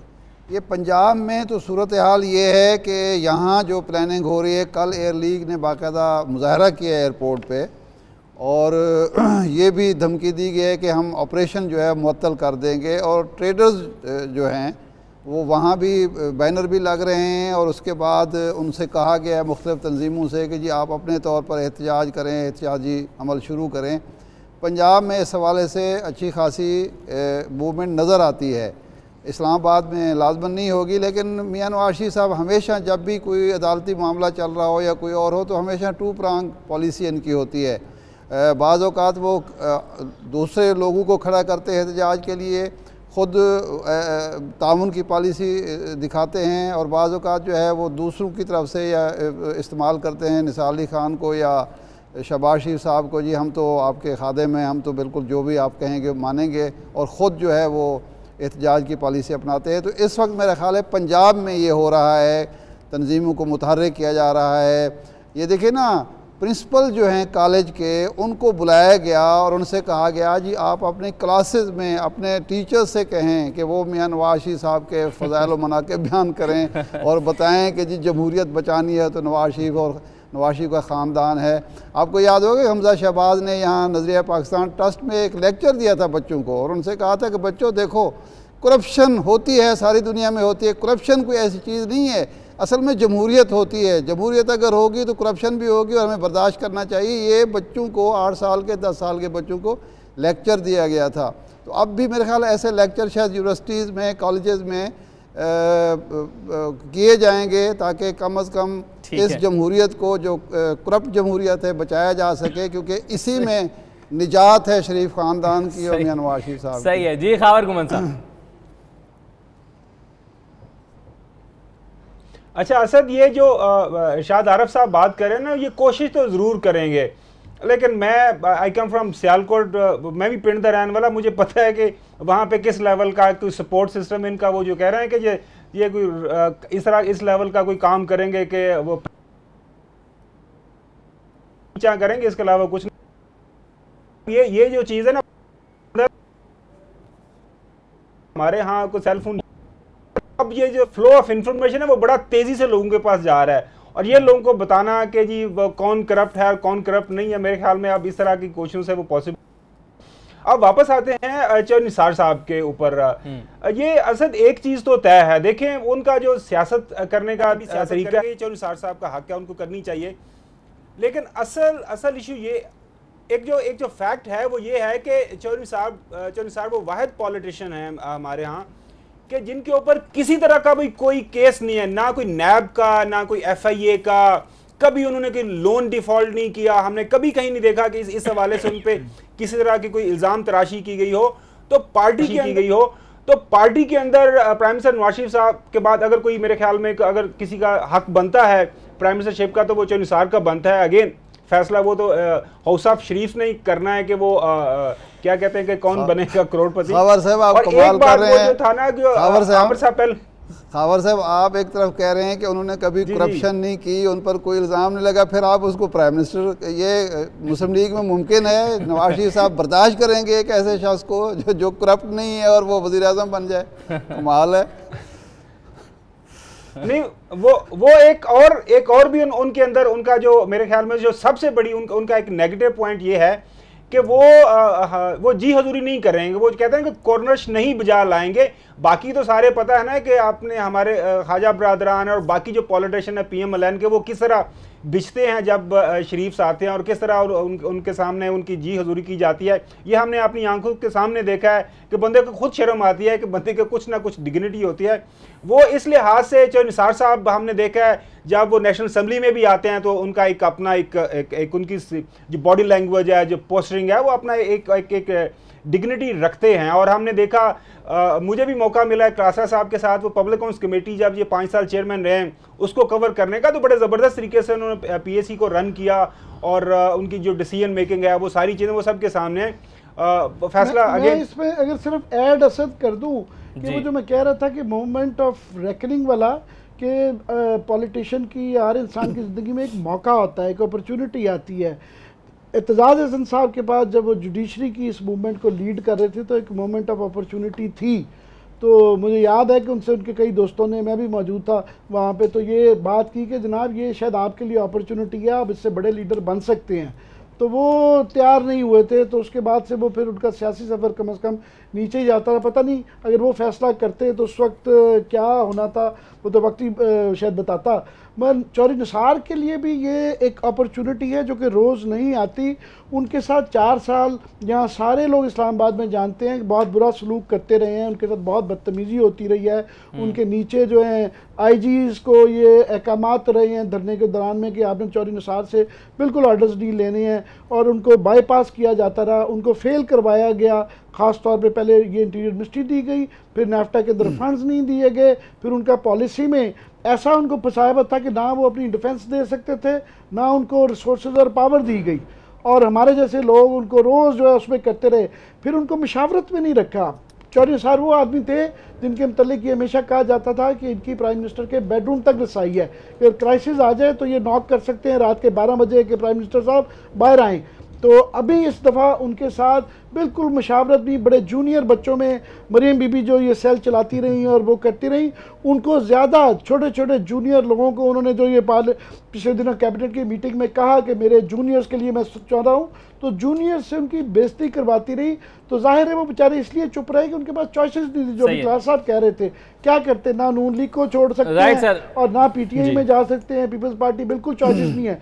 अभी जो है क्योंकि मुस्लिम लीग हर दौर में हमारी तारीख में किसी ना किसी फॉर्म में रहती है और ये पावर में रहना चाहते हैं, एक कबीला है।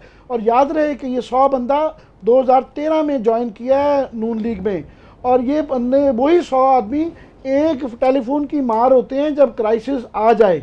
तो ये इसके अंदर काफ़ी सवाल हैं। आइंदा आने वाले दिन मैं समझता हूँ बड़े दिलचस्प होंगे और बड़ी करवट लेगी सियासत, और वो मैं ये ज़रूर समझता हूँ अगर उन्होंने कोई ऐसा फैसला लिया उनकी टाइमिंग बड़ी परफेक्ट होगी।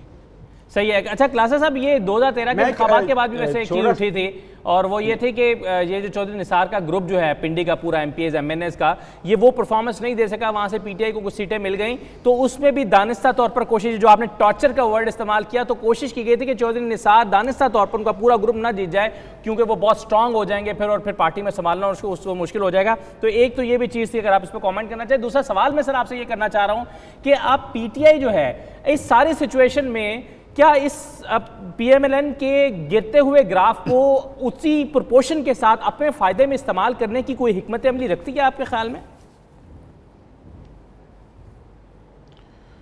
इसका तो मेरा ख्याल है जब तक ये फैसला नहीं आता, फैसले के बाद ही पता चलेगा कि अगर नवाज शरीफ साहब अगर डिस्क्वालीफाई होते हैं तो मेरा ख्याल है इसको पीटीआई को बड़ा बूस्ट मिलेगा इससे, क्योंकि एक तस्वर अवाम में जाएगा कि ये जो इतना बड़ा वो कहते हैं ड्रैगन स्लेयर, कि इतना बड़ा काम जो किया है तो वो ये पीटीआई ने किया है, क्योंकि पीटीआई वहाँ पे मेन उसमें थी, उनकी पटिशन थी, उसके बाद इसको मिलेगा। और अगर ये नहीं कर सकते, सपोजली अगर वहाँ से उनकी डिस्क्वालिफिकेशन नहीं होती, तो धचका भी लगेगा इमरान खान साहब को और उनकी पार्टी को। और ये ज़रूर है, वो कल को कह भी सकते हैं हमने तो पूरी कोशिश देखी, पब्लिक में भी गए, पार्लियामेंट में भी गए, हम वहाँ पे इलेक्शन कमीशन भी गए, सुप्रीम कोर्ट भी गए, मीडिया पे भी गए, लेकिन फिर भी हमें इंसाफ नहीं मिला। वो विक्टिमहुड को भी ज़रा थोड़ा सा क्लेम कर सकते हैं, तो लेकिन ये सारा डिपेंड करता है कि इसका फैसला क्या आता है। अब ये चीज़ इस वक्त इररेलेवेंट है कि ये उसको कैश करवा सकते हैं या नहीं करवा सकते। जब तक फैसला नहीं आता, उस फैसले के बाद ही पता चलेगा कि इनका क्या मोड है और जाके ये क्या इस तरह की कुछ चीज़ें उसमें कर सकते हैं। दूसरा जो आपने बात की ना चौधरी निसार अली खान की कि पिंडी में हार गए थे, मियां नवाज शरीफ साहब तो सिर्फ पंजाब से जीतते हैं, बाकी पूरे मुल्क में हारते हैं, तो फिर उसकी अकाउंटेबिलिटी किसकी होनी चाहिए?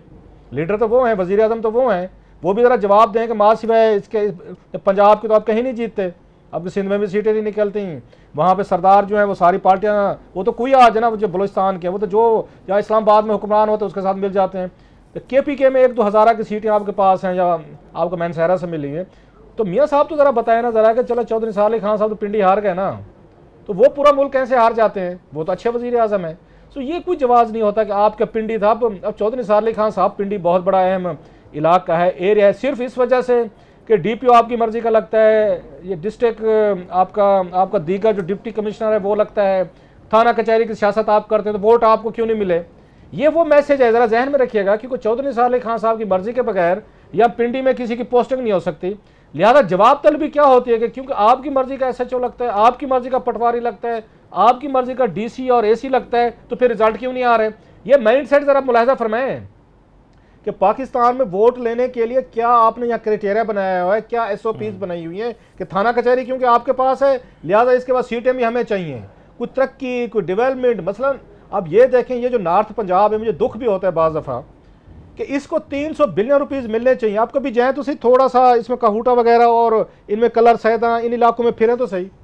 मतलब बाज़ बार मुझे लगता है साउथ पंजाब से ज़्यादा ये बैकवर्ड एरियाज तो ये बचा रहे हैं, ये जो पिंडी वाले हैं सारे, कोई पैसा नहीं मिले आपको मिलेगा। महज आपने यहाँ पे 2-3 आपने बड़े शहर आपने पिक कर लिए, उनका आपने एक कॉस्मेटिक किस्म की 2-4 सड़कें बना दी हैं, 1-2 पुल कर दिए, अब आपके पास मेट्रो आ गई है, उनको सेल करके आपने सारे जो रूरल एरियाज हैं या आपके पसमानदा इलाके हैं उनके लिए कोई पैसा नहीं रखा। सो पिंडी में आप निकले अगर, अब हम तो क्योंकि मेन चीज़ें देखते हैं, मीडिया हमारा देहातों में तो जाता नहीं है, तो सबसे ज़्यादा पसमानदा तो आपके पिंडी के इलाके के लोग हैं। आपका पोठोहार जो है ये बहुत पीछे रह गया है। तो इसलिए चौधरी निसार अली खान साहब की इस पर जवाब तलब भी करना है जी कि हम पिंडी में क्यों हारे हैं, तो मेरा ख्याल है बनती नहीं है बात ये। सही है। अच्छा, ये आमिर साहब, एक तरफ जब हम फैसले की अगर बात करते हैं तो बहुत सारे लोगों को इसकी पूरी कार्रवाई समात की देखते हुए बड़ी होप्स हैं। होप से मेरी मुराद ये है कि लोगों का ख्याल है JIT ने जिस तरह से काम किया, सुप्रीम कोर्ट ने जिस तरह से रिमार्क्स दिए हैं, तो प्राइम मिनिस्टर की डिस्क्वालिफिकेशन ये तकरीबन लिखी जा चुकी है, राइटिंग ऑन द वॉल है, और फिर साथ में जो उनका ट्रायल है। लेकिन कुछ लीगल एक्सपर्ट्स डिफरेंट ओपिनियन दे रहे हैं। मैं मिसाल के तौर पर जो इरफान कादिर साहब साबिक अटॉर्नी जनरल रहे हैं, उनका कुछ हवालों से मुख्तलिफ है। ख़ास तौर पर 476 के हवाले से वो कहते हैं किसी को सज़ा नहीं हो सकती, किसी को सज़ा नहीं होगी। मरियम साहबा या कुछ कोई और अगर हम कह रहे हैं कि फौजी डॉक्यूमेंट्स पर सज़ा होगी, तो उस पर क्या आपकी ओपिनियन है सर? मैं इरफान कादिर साहब का ज़ाती तौर पे बड़ी इज़्ज़त करता हूँ, मगर याद रहे कि ये यूसुफ रज़ा गिलानी का कोई इन्होंने डिफेंड किया था और वो बेचारे आज तक मुल्तान में बैठे घर पे मक्खियाँ मार रहे हैं। तो ये अभी वो लोग जो कि वो मीडिया का सेक्शन जो कि नहीं चाहता कि नवाज शरीफ साहब जाएं या और इनके हमदर्द हैं, इनके पास कोई लीगल अब आर्गूमेंट नहीं रह गया। केस के अंदर वो इतना क्लियर है कि किसी भी, और जबकि क्या इनके भी वकीलों से पूछ रहे हैं और हम पूछते रहे हैं, तो वो भी कहते हैं कि जनाब ये अब गया काम। तो वो एक आर्टिकल 175(2)A निकाल के ले आए हैं, जिसका बुनियादी ये है कि जनाब सुप्रीम कोर्ट की वो जुरिस्डिक्शन जो है, इख्तियार जो है, वो पार्लियामेंट से ज़्यादा नहीं है। कि पार्लियामेंट अगर कोई, जो इस तरह शाद आरिफ साहब अभी कह रहे थे कि 24वीं अमेंडमेंट वाला, तो वो ये कह रहे हैं कि जनाब उनकी जुरिस्डिक्शन में ही नहीं है कि वो प्राइम मिनिस्टर को निकाल सकें। और ये बेंच भी जो बना है वो नहीं थे बना सकते इम्प्लीमेंटेशन का। और जजेस जो हैं बड़े सख्त अल्फाज उन्होंने इस्तेमाल किए हैं कि ये सब बेसिकली कहा है कि ये जज भी नालायक हैं और सारा पाकिस्तान ही नालायक है, और वो अक्ल कादिर हैं, और वो जो कह रहे हैं 175 के तहत ये हो नहीं सकता। बल वो बड़ा कमज़ोर सा आर्गूमेंट है, उनका ज़ाती ओपिनियन है, पर मेरे ख्याल में बड़ा मज़का खेज है। It's too late for that. ज़ाती ओपिनियन भी है और ज़ाती अदालत के साथ उनकी दुश्मनी भी है कि अदालत ने उनका, मेरा ख्याल है जो वकालत का लाइसेंस है वो इरफान कादिर साहब का मेरा ख्याल है उन्होंने सस्पेंड किया हुआ था। आपका मुझे पता नहीं है, शायद बहुत कम लोगों को पता हो। ये PCO जज भी थे मेरा ख्याल है, और इनको हटा भी दिया गया था। नैब के प्रोसिक्यूटर भी थे और आसिफ अली जरदारी का सबसे बड़ा दिफा अदालतों में करते थे। और जब अटॉर्नी जनरल थे उनके दौर में मेरा ख्याल है, तो सबसे बड़ी मजे की अदालतों में काम होता था, हर वक्त जजेस से इनकी लड़ाई रहती थी। So it's a personal, it's not a business. इसलिए इरफान कादिर साहब की राय को ज़्यादा सीरियस ना लिया करें। वो जाती लड़ाई तो लड़ रहे हैं अदालतों के साथ, उन बेचारों का लाइसेंस कैंसिल है, उनको हटाया गया है, वो बार-बार दिखा रहा है। वो एक आखिरी उम्मीद की किरण को वही नजर आ रही है। मगर मुझे सख्त मेरा ख्याल ये एनालिसिस होगा, पर मुझे लगता है कि नून लीग जो है it is going the PMLQ way. PMLQ याद रहे कि 2002 में उनकी मेजॉरिटी थी, 2008 में उनके कोई 28 मेंबर रह गए थे, अब उनके 2 मेंबर रह गए हैं। तो इनका भी जो आगे नज़र आ रहा है, जिस तरह ये जवाल पजीर हैं, इसमें 10-15 सीटें ऊपर नीचे कर लें, 2-4 साल ऊपर नीचे कर लें। मगर ये जो आगे मैं कह रहा हूँ ना, सीज़न 4 आ रहा है, इसमें आप इमेजिन करें ना कि हम सारे ये क्लॉसर साहब को वो फाइलें जो है ना इतनी वो ज़बानी याद हो गई हैं। तो जब केसेस चलेंगे वहाँ कमर ज़मान चौधरी नहीं फैसला कर रहा होगा, हम फॉलो कर रहे होंगे, शायद अदालत भी कोई मैकेनिज्म दे के जाए। और हुदैबिया क्योंकि हमने बड़ा क्लोजली फॉलो किया है, उसके अंदर से ये ख़ानदान बचना बहुत मुश्किल काम है। और वो जो सब सारा टेलीस्कोप लगी होगी हर जगह पे बैठी, तो उस दौरान में पार्टी के अंदर भी नफाक नज़र आ रहा है कि चौधरी निसार फैक्टर जो हम कह रहे हैं, जिसको भी ये ले आएंगे, अगर उनको बनाते हैं तब प्रॉब्लम, नहीं बनाते तब प्रॉब्लम। ख़ानदान में अभी लग रहा है कि शायद ना हो, मगर पॉसिबिलिटीज इसकी होती हैं। पावर में हर कोई इकट्ठा होता है और पावर जब जाती है तो वो नफाक बढ़ जाते हैं। सो मुझे इनके आने वाले दिनों में ये नीचे देर ऑन देयर वे डाउन बड़ा सेफली कहा जा सकता है। मैंने जब ये क्यूब के मतलब कहा था तो बड़े लोग नाराज हो रहे थे, नाराज होते थे। मुशाहिद साहब ने मेरे खिलाफ इतना लंबा आर्टिकल लिखा था, तो अगले दिन वो मिले थे, मेरा दिल कर रहा था कि पूछूं मैं आपसे कि मैंने क्या कहा था आपसे।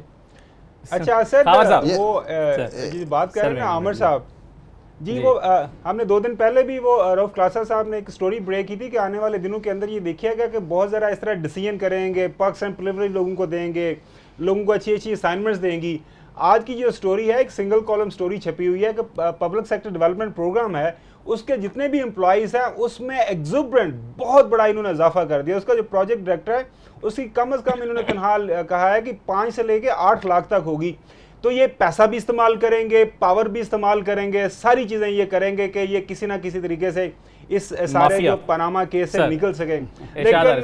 लेकिन शवाहिद इस तरह के सामने आ गए हैं, उनको जुटलाना, उनको साइडलाइन करना, अब मुझे नहीं समझ आ रही कि हमने सब ने जो ये सुप्रीम कोर्ट की हेयरिंग सुनी है, वहाँ पे शवाहिद देखे हैं, उससे कैसे बच निकलना। लेकिन अगेन पाकिस्तान की सियासत में जो है ना वो अजीबोगरीब किस्म की फैसला होती रही है। टाइम सर कम है, शाह साहब लास्ट फैसला हो, सबके सामने हो, मौका दीजिएगा, रूल ऑफ लॉ हो और जमहूरियत स्ट्रेंथन हो।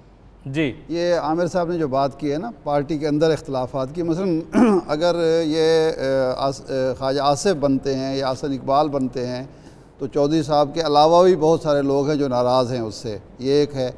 अगर शहबाज शरीफ साहब को बनाते हैं तो बहुत बड़े तकसीम खानदान के अंदर होती है। पूछ रहा हूँ जी जी, ये टाइम थोड़ा आपसे एक सवाल है सर। अब तक जितने नाम भी आ रहे हैं सारे पंजाब से आ रहे हैं, तो क्या सारे काबिल लोग पंजाब में पैदा होते हैं वजीर आजम बनने के हैं? बाकी सारे नाम पंजाब से हैं सर, पार्टी पंजाब में है सिर्फ। अभी आपने कहा कि इलेक्शन पंजाब से जीते हैं।